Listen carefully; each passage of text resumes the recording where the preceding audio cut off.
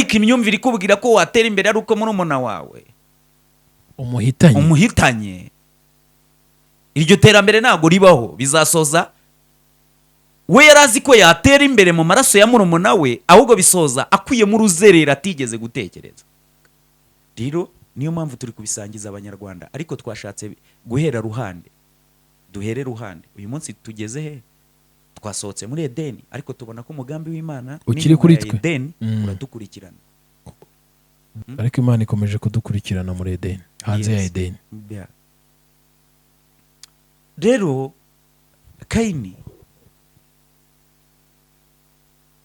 Kayini ngiye namwifuriza kumenya Yesu. Kayini mwifurije kumenya Yesu, mwifurije kumenya icyo Yesu yamukoreye ku musaraba, kikamukuraho umuvumo w'amaraso, kikamukuraho umuvumo wo guhemukira abavandimwe.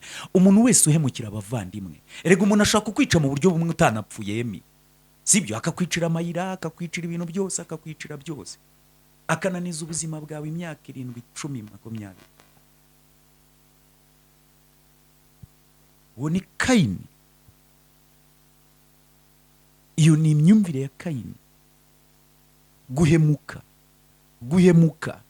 Iyo nyubako yiza kuba umuntu nta kabuza ari kugusaba kuyisiga amarangi ya Beta Paints, kuko ari yongerera agaciro nayo ikaguhesha ishema mu bandi. Ngaho rero yibere mu cyimbo, umurimbo wayo ubushinge Beta Paints, uruganda nyarwanda dukesha amarangi yuje ubuziranenge, aryoshya aho dutuye n'aho dukorera. Bakunzi b'Ihumure TV, mwiriwe mwaramutse, Imana wo mugisha wo muherereye, turabashimiye cyane mwe mu dukurikira ku Ihumure TV. Nje Dikuzo Emis ubwa mbere n'uyu munsi turi kumwe, kandi ndabikesha Nyagasani uduhaye umwanya w'agaciro. Ntabwo ndi kumwe ndi njyenyine, rero ndi kumwe n'umuvandimwe Steven Nibeshaho, Evangeliste Steven. Steve, umeze neza? Meze neza kabisa, uretse ikirere amagripe ni hatari. Ufitemo gripe? Yakumennye sana. Yangane muvandimwe wanje. Imaze iminsi ngira ngo amavideo mba nakoze ubu byumva amagripe.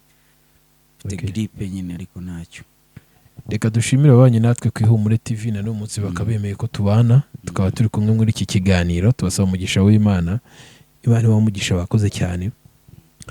Dushimira abakoze subscribe n'abatarayikora muyikore, kugira ngo tujye tubana muri ibiganiro byacu, ijambo ry'Imana, ubuhamya, amakuru ndetse n'inyigisho zigiye zitandukanye. Ubuntu bw'Imana bane namwe. Hanyuma Steven, turi kumwe muri uyu mwanya si ubwa mbere, dukomeje rero igice twarimo ubushize kivuga umugambi w'Imana ndetse n'ubushake bwayo. Ariko noneho twabonaga uburyo hari umuntu ushobora kuba yimutse muri Edeni agiye hanze ya Edeni. Ngira umugisha wo kongera kukwakira, ndasaba Mwuka w'Imana ngo abane natwe muri iki kiganiro, kandi data aho umugisha hire abadukurikiye muri uyu mwanya mu izina rya Yesu, amen. Hanyuma ubushize nyine nibyo navugaga, ikiganiro cy'ubushize cyangwa message y'ubushize yavugaga ku mugambi w'Imana ugukurikirana, kandi twabonye ko igihe cyageze umuntu agasohoka muri Edeni. Uyu wasohotse muri Edeni ni Adamu rero ari kumwe na Eva, ariko twabonye ko hari ikosa Adamu yakoze, akizembazembya cyangwa akitambukishwa, yigendagendeshwa, agasiga umutambukanyi, niko i Burundi babivuga, agasiga Eva. Hanyuma inzoka ikaza, Eva agakora ikosa ryo kumvira inzoka, ariko inzoka yari izi ikikoze. Yanibwiraga ko ubwo Imana igiye kubajugunya hanze ya Edeni umuntu ari buze kurangira. Steven, message karibu. Murakoze. Narababwiye ngo umuntu ni igitekerezo cy'Imana kitarimo kwibeshya na guke. Umuntu ni umushinga w'Imana, ntabwo ushobora kurangiza umuntu. Umugambi w'Imana ku muntu nta muntu wawurandura, nta muntu wawusenya nawe, kuko ntabwo uzaho uwo mugambi, ntabwo uzaho byubakiye. Icyo nicyo nababwiye. Rero Satani yashatse kwangiza umugambi w'Imana witwa umuntu, ashaka kwangiza umugambi Imana ifite ku muntu bwayo, ashaka kwinjirira ubwiru bw'Imana. Ndetse muri Edeni, muri sogokuruza Adamu Satani yari azi yuko iby'umuntu birangiye. Satani yari azi ko iby'umuntu birangiye, ariko umuntu Imana ikintu yamushoyemo irakizi. Umuntu icyizere Imana imugirira kirenze icyo umuntu we ubwe yigirira. Sinzi nimba ubyumva. icyo ifite Imana ifite ikirenze icyo Icyizere Imana igirira umuntu kirenze icyo umuntu we ubwe yifite. yego ko umuntu yishidikanya.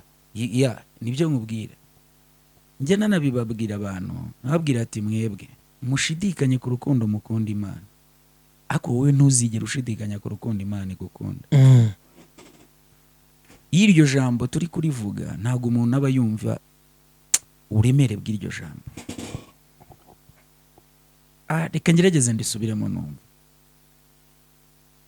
Uzashidikanye ku rukundo wowe ubwawe ukunda Imana, nanjye rwose urwo nyikunda ndushidikanyaho, ariko urukundo Imana yo igukunda ntuzigere urushidikanyaho. Umunyembaraga abitekereza atyo, n'umunyantege nke abitekereza atyo. Ndashimira Imana, Adamu na Eva bajya inyuma ya Edeni, Satani yari azi yuko barangiye, igitekerezo cyitwa umuntu acyangije. Ariko ndashimira umugambi w'Imana, kuko umugambi w'Imana ku muntu n'inyuma ya Edeni uramukurikirana. haleluya. Umugambi w'Imana ku muntu n'inyuma ya Edeni, umugambi w'Imana uramukurikirana.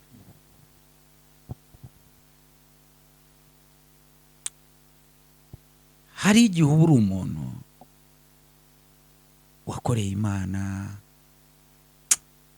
abantu baguye, reka tuvuge ya terime yo mu madini yitwa kugwa. Kugwa ni ukuva mu byizere, kuva mu byizere, cyangwa se kuva mu gutakaza ibyiringiro mu buryo bumwe cyangwa ubundi, cyangwa se kujya mu ntege nke. Ndashimira Imana, ndashimira umugambi w'Imana ko no mu ntege nke uragukurikirana, uragendana nawe, uragukurikirana, kuko utagukurikiranye n'izo ntege nke wazigwamo, cyangwa se byanarangira ukarambarara. Ariko umugambi w'Imana ntabwo twemerera kurambarara.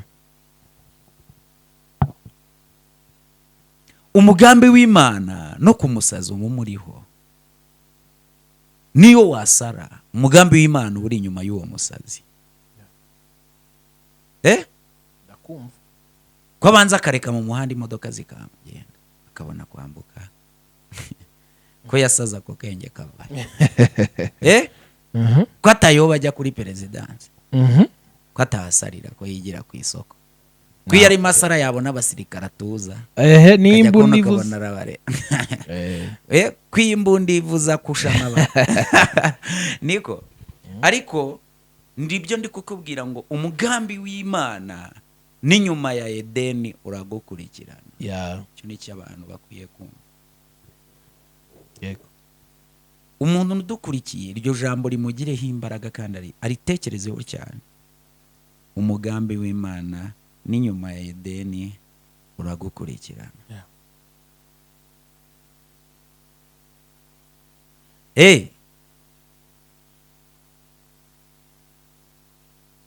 Bagombaga kubyarira muri Edeni, ariko umwanzi akimara gukora ibyo bintu babyarira inyuma ya Edeni.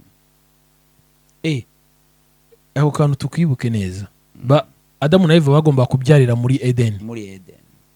Umwana uvutse kandi n'imibereho y'abana babo yagombaga kuba ari muri Edeni. Byari kuba byiza, byari kuba biryoshye. Hanyuma aza gusohorwa muri Edeni. Abyarira inyuma ya Edeni, ariko umugambi w'Imana nakubwiye ngo umuriho.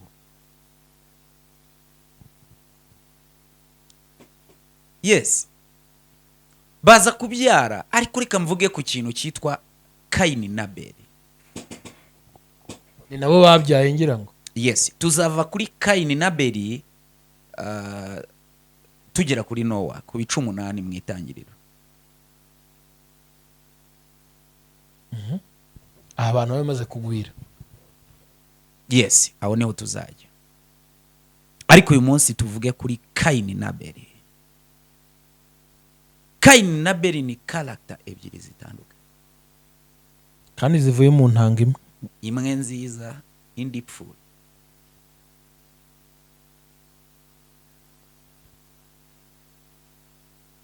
Ubu intambara tubamo hano ni Kayini na Abeli.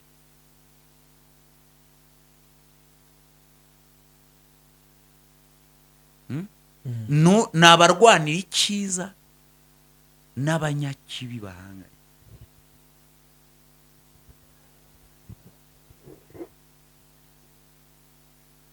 Ndababwira ku myumvire ya Kayini, mbabwire no ku myumvire ya Abeli.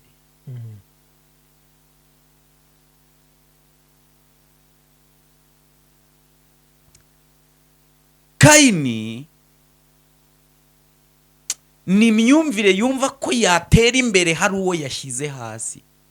Sinzi nimba uwo ni Gahini. Gahini kugira ngo atere imbere birasaba ko hari uwo ahitana. iyo ni imyumvire ya Kayini. Nyamara twatera imbere twese bigakunda. Ese nuko ari byiza? Uzemerwa.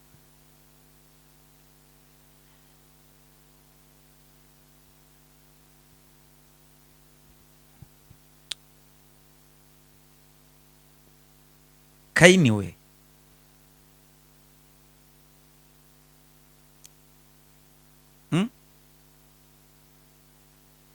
imyumvire ya Kayini ni ya yindi ba muri bya bitekerezo ngo ntawe ukiratibye ngo ntawe ukiratisha. Gahunda y'isi. Principe ipfuye. Abanyesi bakoresha n'abanyakinyoma. Ariko mu by'ukuri wakirutibye wakirutishe, ubwo butunzi Imana irabutanga, butarimo amaraso, butarimo ibinyoma. Mwifurije ubukire, mwifurije ubwamamare butarimo amaraso, butarimo ibinyoma. Buryoha kubi. Iterambere ritarimo amaraso, iterambere ritarimo ibinyoma.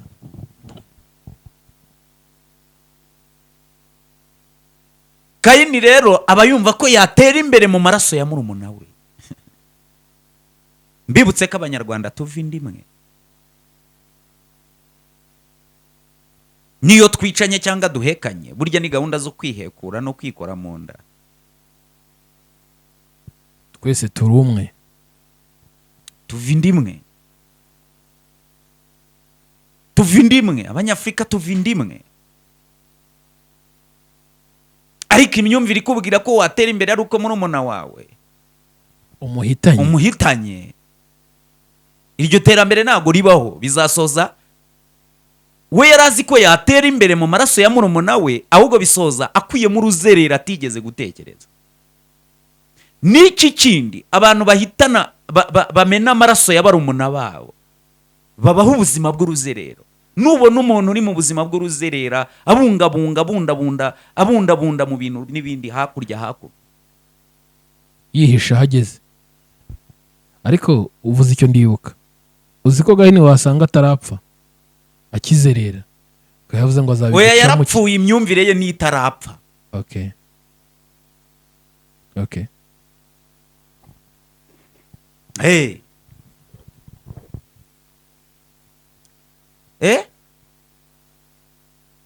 Uzahura n'abanyamakuru bagenzi bawe yumva ko yatera imbere ari uko ihumure irangiye, cyangwa ihumure kumva yuko yatera imbere ari uko hari ikindi kinyamakuru kirangiye.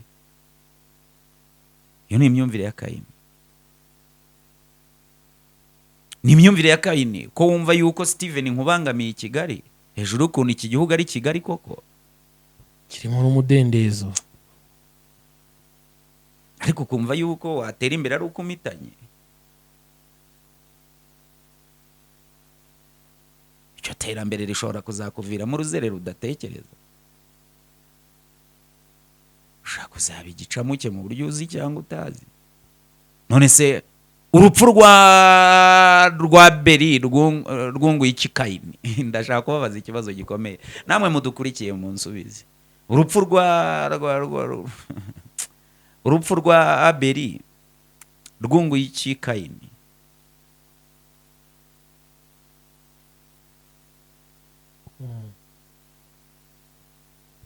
Reka mbaze Kayini noneho nimba nyumva. None se Kayini, urupfu rwa Abeli rukungura iki? Rwakunguye iki?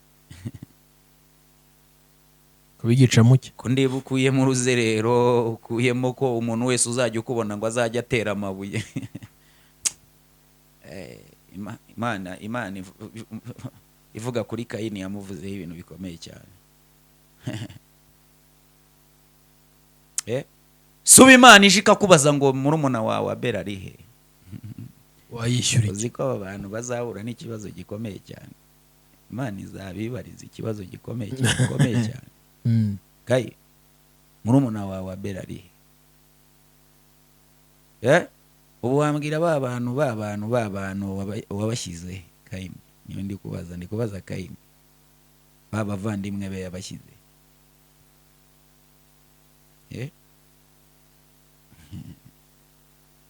Iyi myumvire ya Kayini rero iracyabunga mu bantu.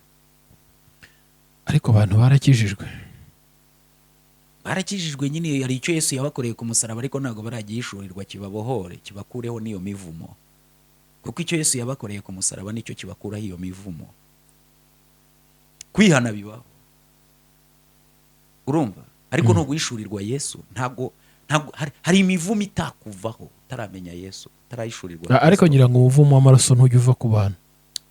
Abantu bamenye amaraso. Yesu naho wamena amaraso nk'aya uri, naho wamena amaraso nk'aya iri, oya ngwino arakugirira ibambe, oya ngwino arakugirira ibambe. Byose abikureho, byose biguhanagureho. Amaraso ya Yesu nta kintu adakora, niyo akuraho umuvumo. Birasaba kumenya icyo Kristo yabakoreye ku musaraba. Nta n'ikindi bafite gukorera, nta yindi shuwa bafite, ariko ntibumva. Nta yandi mahitamo bafite. Ryaye imibereho y'Abanyarwanda yo, nkurikije imibare yayo, statistique z'imibare y'Abanyarwanda ibatunze, cyangwa se imibereho yabo, cyangwa se ubuso bw'igihugu bafite, cyangwa se ubutaka wenda burimo iki, ikirere gifite butunzi iki, ibintu byose. Ubuzima bwacu ubwabwo bumeze nk'ubw'Abisiraheli, bwenda gusa. Kuba bwenda gusa rero natwe sibyo, turi abantu, urumva? Imibare yacu nitaba irimo Yesu, imibare y'Abanyarwanda nitabamo Yesu, ntabwo ishoboka. Ntabwo bikunda. Imibare y'Abanyarwanda Yesu atayihisha inyuma ntabwo ikunda. Rero niyo mpamvu turi kubisangiza Abanyarwanda, ariko twashatse guhera ruhande, duhere ruhande. Uyu munsi tugeze he? Twasohotse muri Edeni, ariko tubona ko umugambi w'Imana ukiri kuri twe, Edeni uradukurikirana, kuko Data tuzaniye urupfu. Yego. Ariko Imana ikomeje kudukurikirana muri Edeni, hanze ya Edeni. Rero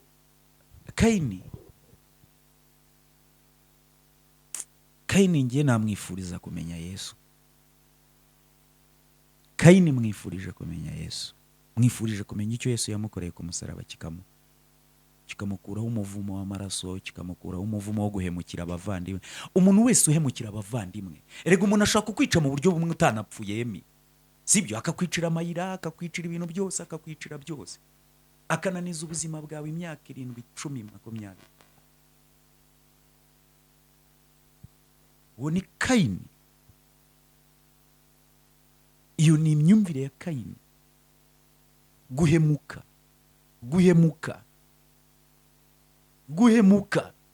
Rimwe na rimwe iyo uhemuka wowe uba uzi ngo urakuramo inyungu, ariko uzakuramo uruzerero udatekereza, uzakuramo igihombo cy'uko ahantu abantu bazakubona hose, urumva, bazajya bakwima serivisi, ahubwo bakavuga ati iki kintu kigende. umunsi uzahemuka Imana ikica inzira zawe zose, serivisi zose wakabonye mu bantu, ikabwira abantu ngo iki kintu ni cya Kayini kishe murumuna wacyo, gifite ubugome, kigenda kigambanira barumuna bacyo, kigenda igicamuke kibasopanya, iki ni igicamuke.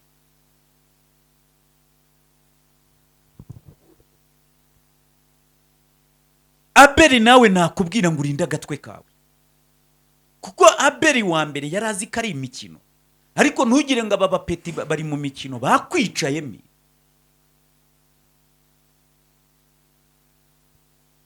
Aba bapasiteri bamwe na bamwe, ntabwo ari bose, ariko narabibonye ko bakwica byo gupfa. Ndi kubwira Abeli, rinda agatwe kawe ya Abeli. Ndi kubwira Abeli b'abahanuzi, ndi kubwira Abeli b'abaririmbyi, ndi kubwira Abeli. Ntabwo Kayini akina. Pima kubwira ngo yakwica, yaguhitana.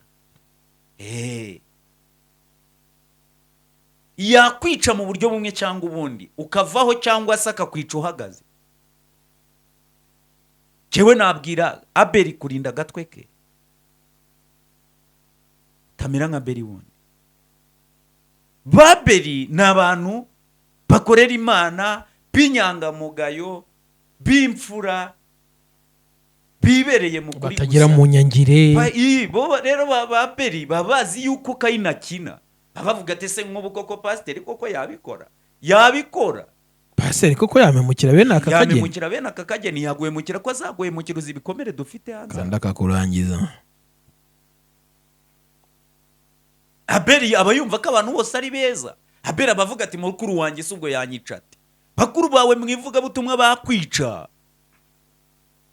bakuru bawe mwivuga butumwa bakwica kubera ko ntago bashaka. Nimba uzamutse uri impano, bakuru bawe bari kubibona ko ubarusha, urabarusha ibitambo bizima, urabarusha ineno, urabarusha icyanditswe, urabarusha byose, urabarusha impano y'umwimereri. Ntago uraguza, ntupfumaguza, ufite impano y'umwimereri Imana yakwihereye. Barakwica, urasenga, barakwica. Rero ba Kayini bakuru bawe baragiye batezaho, bafite indi myuka, bazakwica. Ikintu gihari, rinda agatwe kawe. Ndabwira Babeli, mumenye ko ba Kayini badakina, mumenye ko umwuka wa Kayini udakina. Mu kanya gatoya nyine cyaba kiri mu mivumo, ariko cyaguhitanye wowe utakiriho, kigasigara mu mivumo n'ubundi cyakurangije, kitari kukugarura, cyakurangije kidashobora kukugarura n'ubundi. Ariko nyine Abeli ndamusengeye, Imana imuhe ubwenge, Imana imuhe amayeri, Imana imuhe byose Abeli, kugira ngo agatwe ke karokoke, kubera ko ba Kayini ntibakina. Murakoze, Imana igumugisha. Reka tube tugarukiye aho ngaho. Iyi niyo message wari ufite bashaka kubwira abantu. Imana igumugisha, wakoze cyane. Iyo nyubako yiza kuba umuntu nta kabuza ari kugusaba kuyisiga amarangi ya Beta Paints, kuko ariyo yongerera agaciro nayo ikaguhesha ishema mu bandi. Ngaho rero yibere mu cyimbo, umurimbo wayo ubushinge Beta Paints, uruganda nyarwanda dukesha amarangi yuje ubuziranenge, aryoshya aho dutuye n'aho dukorera. Hari ay'amazi n'ay'amavuta nka Silk Vinyl, Weatherguard, Fast Dry, Epoxy, Wallmaster n'andi adakangwa n'imihindagurikire y'ikirere. Dufite nasigwa ku byuma no ku modoka. Niba hari n'ubundi bwoko bw'irangi wabengutswe ahandi, duhe komande. Ikoranabuhanga ryacu ritunganye mu kanya nk'ako mu Rwanda, kandi twihariye gukora amasitike nziza z'ibyuma n'iz'ibirahuri. Produit za Beta Paints murazisanga mu gihugu hose, naho kurangura ni Remera ya ruguru ya gare, ku Muhima hateganye na Hotel Kapi, mu Gakiriro ka Gisozi hafi y'Umukindo House. Hari kandi ni Rubavu hafi y'urusengero rw'Abadive, i Musanze ni Rusizi. Ariko n'uwaba ari ahandi mu gihugu hose ashaka kurangura produit za Beta Paints, tuzimugezaho kandi tukamutwaza ku buntu. Ku bindi bisobanuro iyambaza telefone n'urubuga rwacu ubona kuri screen yawe. Beta Paints, best quality, best price, good services.